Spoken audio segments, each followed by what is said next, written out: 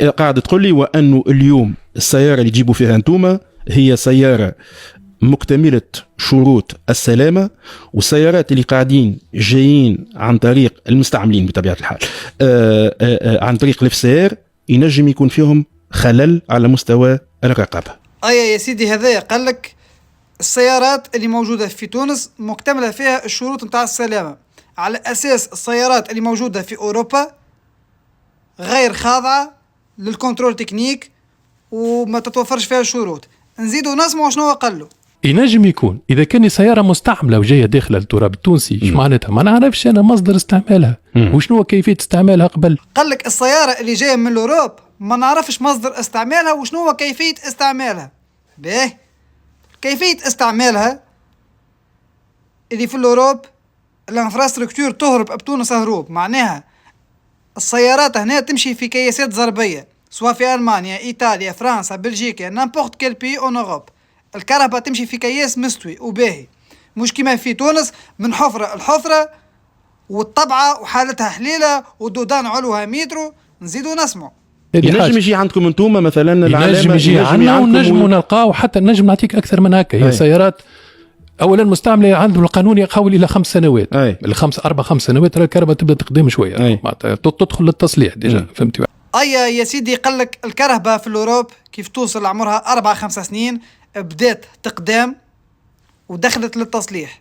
يا ولدي رانا الشيء بعيد على بعضه يا ولدي، ما تقارنش الكياسات متاع الأوروب بالكياسات متاع تونس. يرحم والديك الكهرباء في الأوروب راهي كل 18,000 20,000 كيلومتر تمشي تعمل الانتروتيان في جراج بالكارني دونتروتيان متاعها، وكل عامين عندها كنترول تكنيك.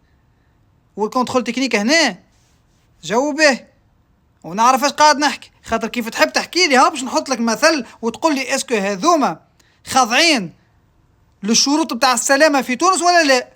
النقل الجماعي مثلا اللي تطلع فيه من الباساج يهزك للسيدي حسين ويهزك للمرسى واللاك والبلايص الكل، اسكو هذاك كيفاش يعدي في الكنترول تكنيك في الفيزيت تكنيك متاعو كيفاش يعدي فيها؟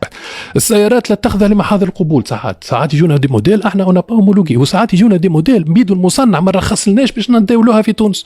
علاش؟ ما فماش قطاع غيار نتاعها، خاطر ما فماش قطاع غيار. لا قبل ما غيار خاطر هي ما تستجيبش لمواصفات المناخ. السيارة ما تستجيبش لمواصفات المناخ، على اساس نحن عايشين في 200 سخانة ولا في -50 برد. يا ولدي تونس طقسها معتدل، شنو هالمناخ ويزيو بلا كذب.